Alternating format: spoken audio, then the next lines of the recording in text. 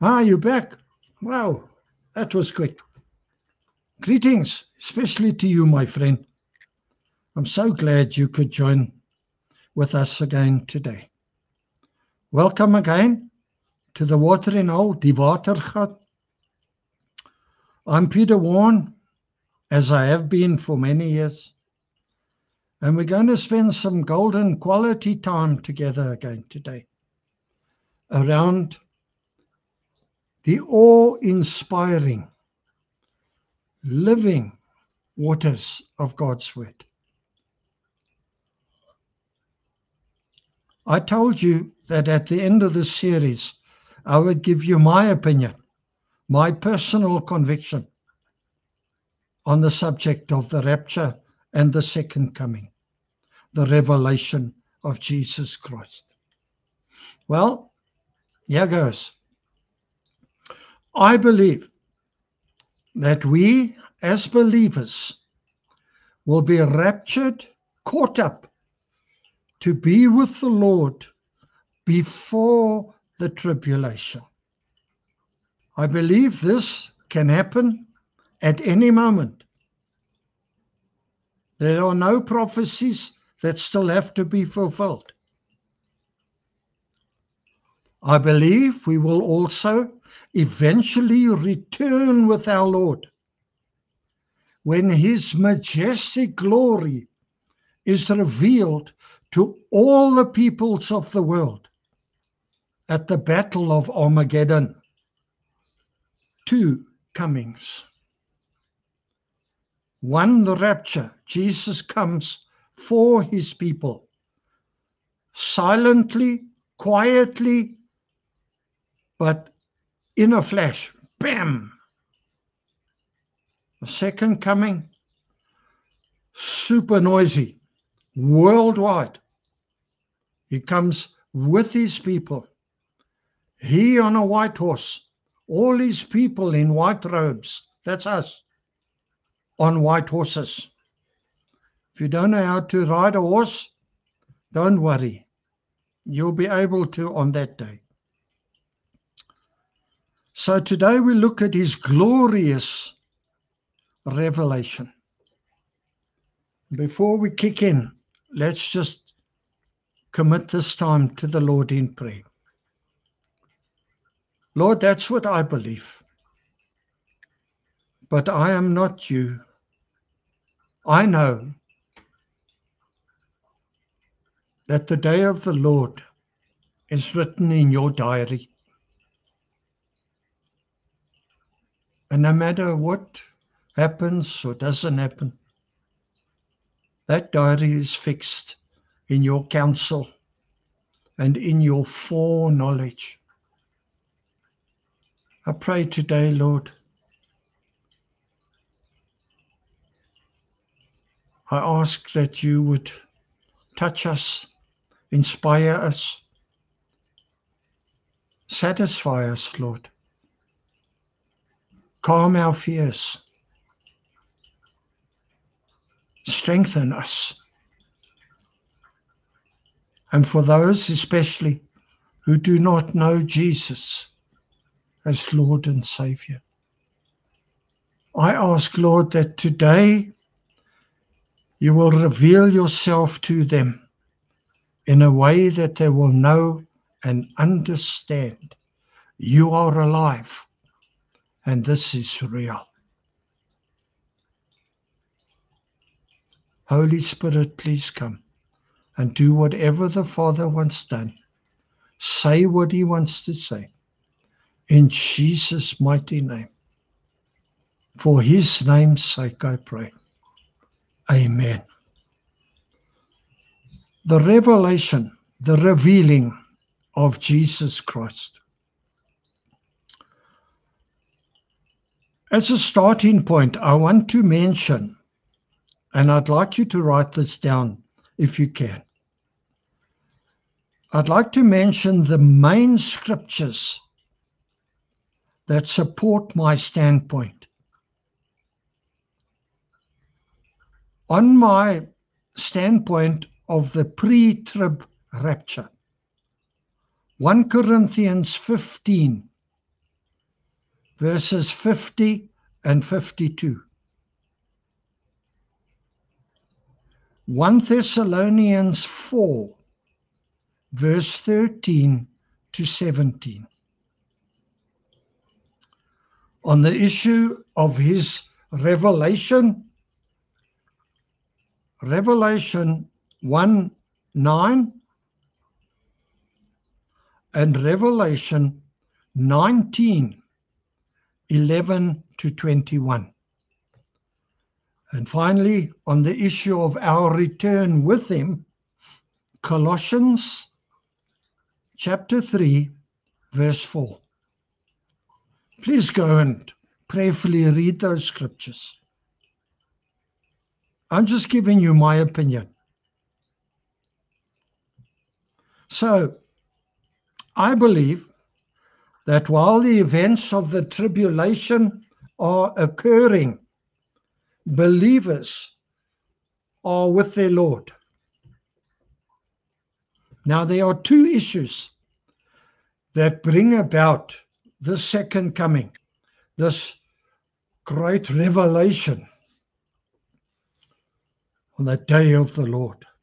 Number one, the wickedness and sinfulness of man reaches its peak. Number two, the persecution of Israel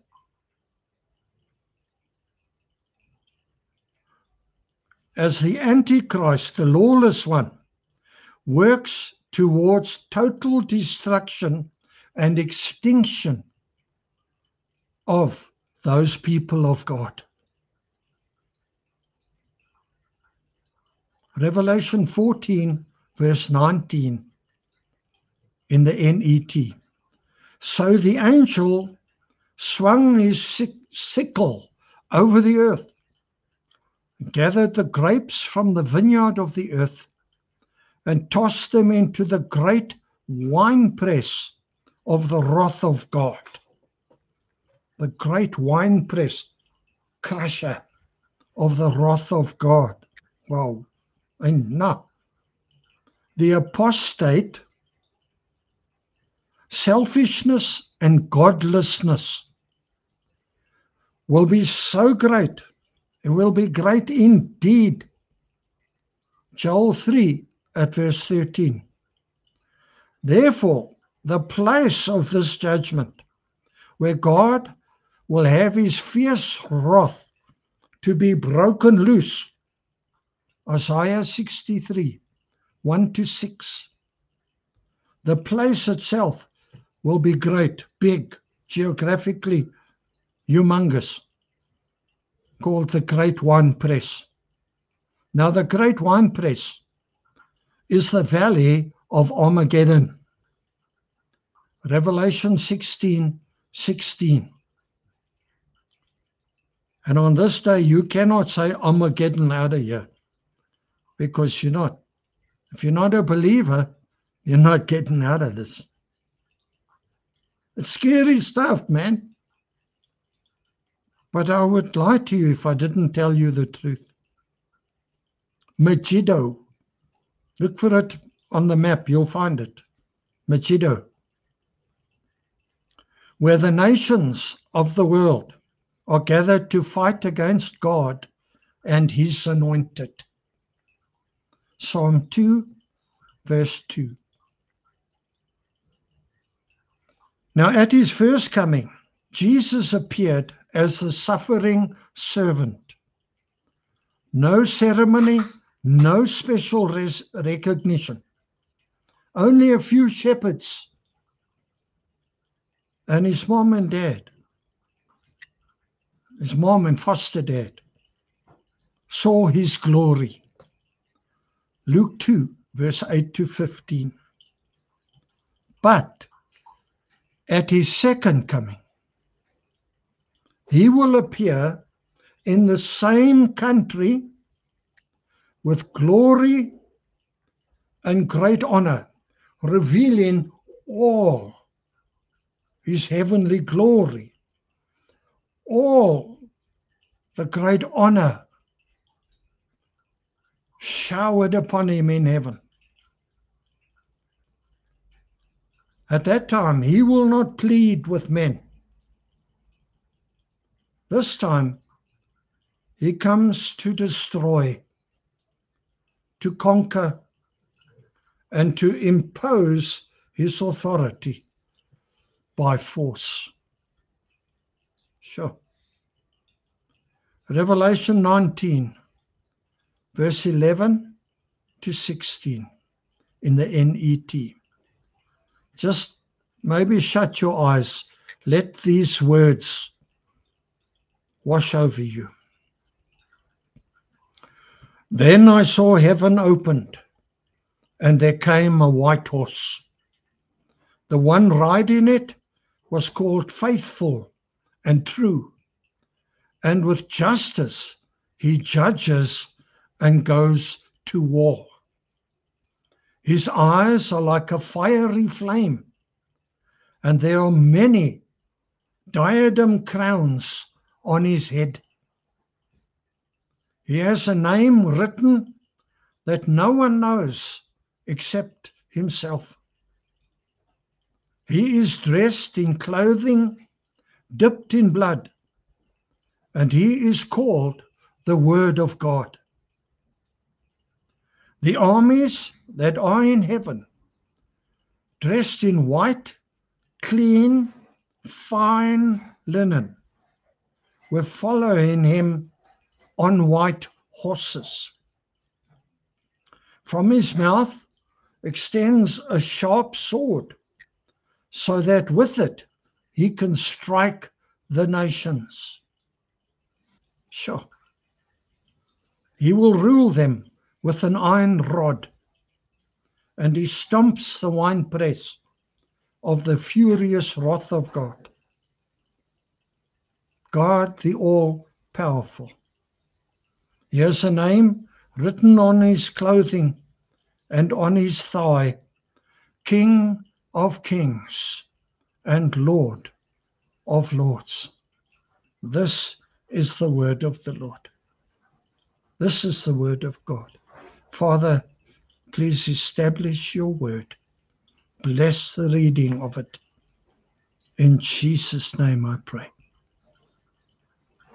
The heavenly armies with him will be visible to human sight. The world will see this, probably on CNN and all over. That's how we do stuff, isn't it? By satellite.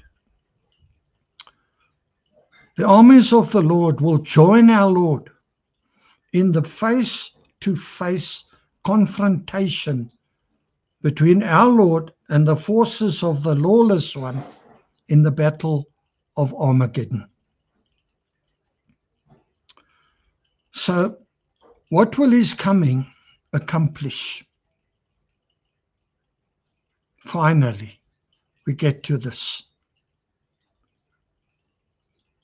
Number one, the ending of the worldwide war of rebellion against God.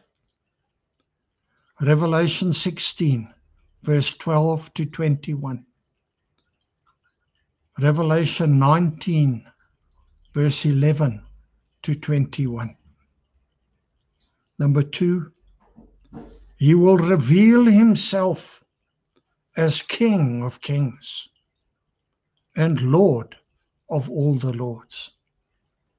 Satan will be removed,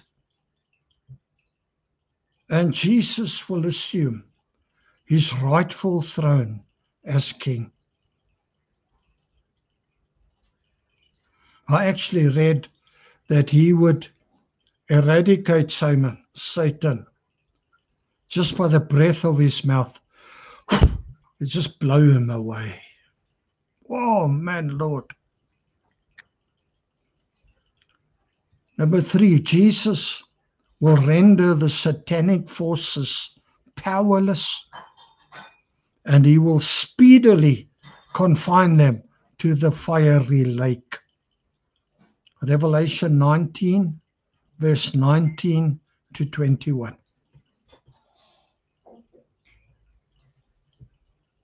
Next point, the Jewish people will no longer be spiritually blinded, but will turn to God in repentance and sorrow.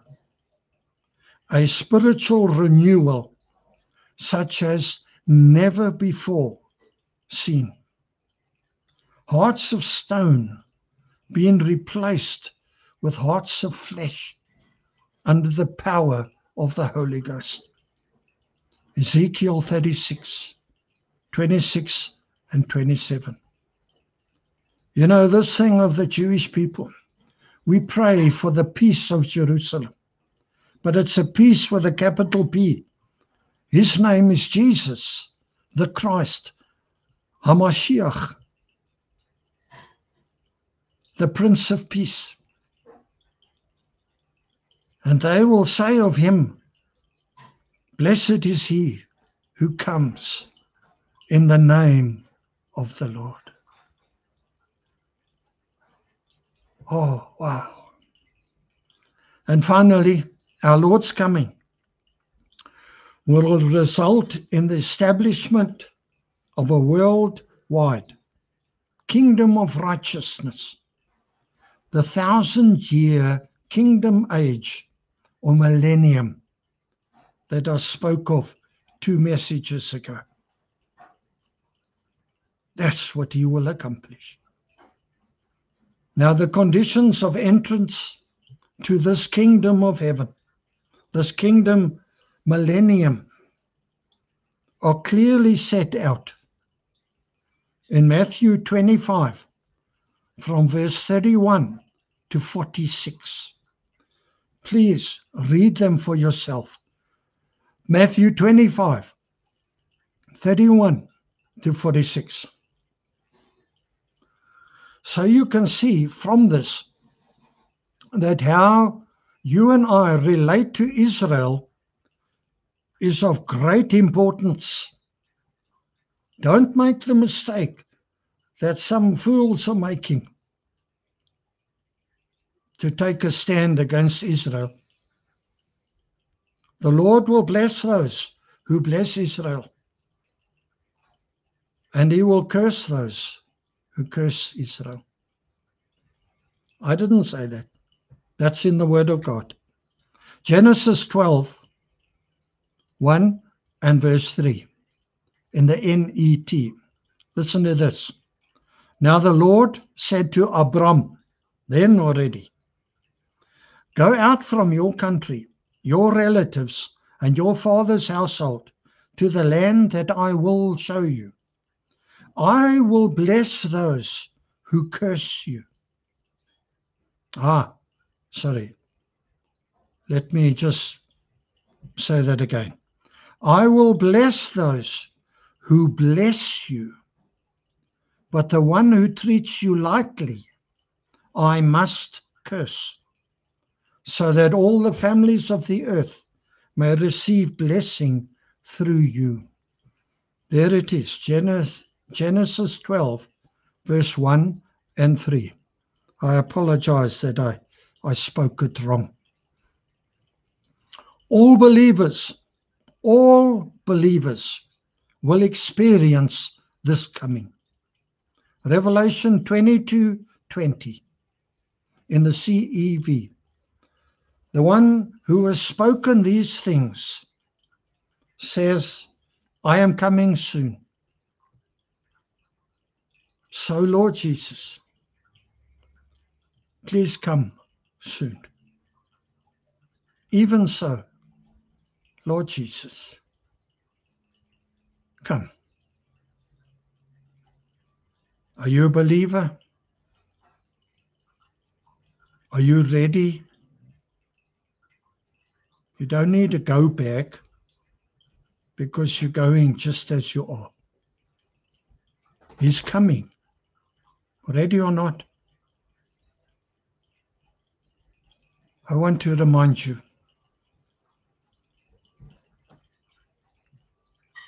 the Lord wants every man and woman to come to a knowledge of the truth and be saved. You were not designed for hell. My next message, I think, is on hell.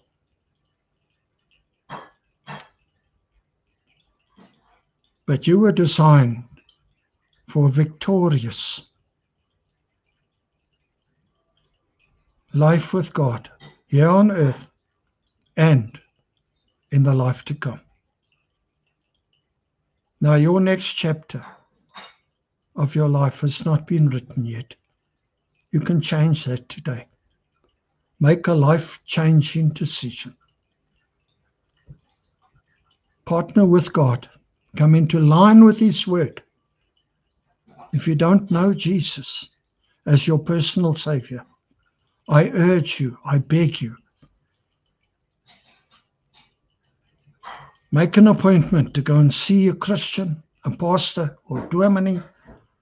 Take all your questions. Go and ask all your questions.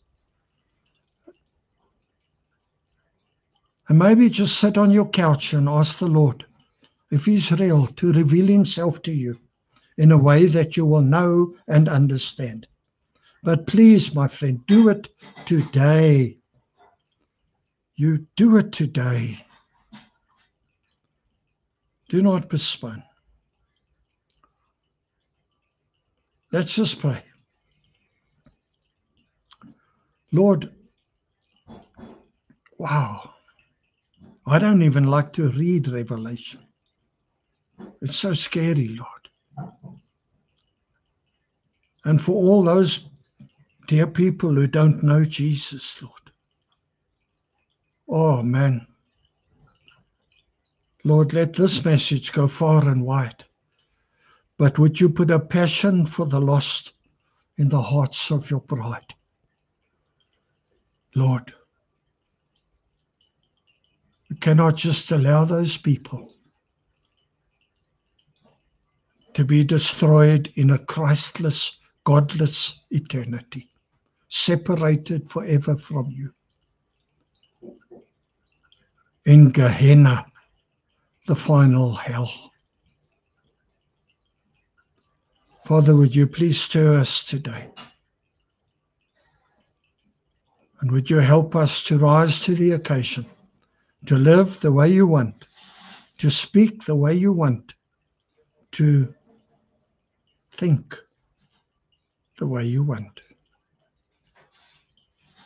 I thank you for today, Lord. In the name of Christ Jesus, I pray. I declare over this message that no weapon forged against it will prevail. I expose and destroy every work of darkness aimed against this message and everyone who will watch it. Thank you, Lord. Holy Spirit, touch us, each and every one, as we watch this message. In Jesus' name I pray. And I seal this now with the blood of Jesus. In your mighty name, Lord. Amen and amen. Well, that's it. That's the lot and all I got. I finally said what I believe. With love from me to you. Thank you for spending this time with me. If you benefited, subscribe if you haven't. Pass this on to as many people as you know need to hear it. Let's make a big thing of this. Leef iemand raak. Go big for God. Don't go home. Go big for God. Until we meet again at the watering hole. A very cold, rainy watergat today. Yuck. I love you, my friend, with the love of the Lord. May the Lord richly bless you and your family in Jesus' name. Amen and amen.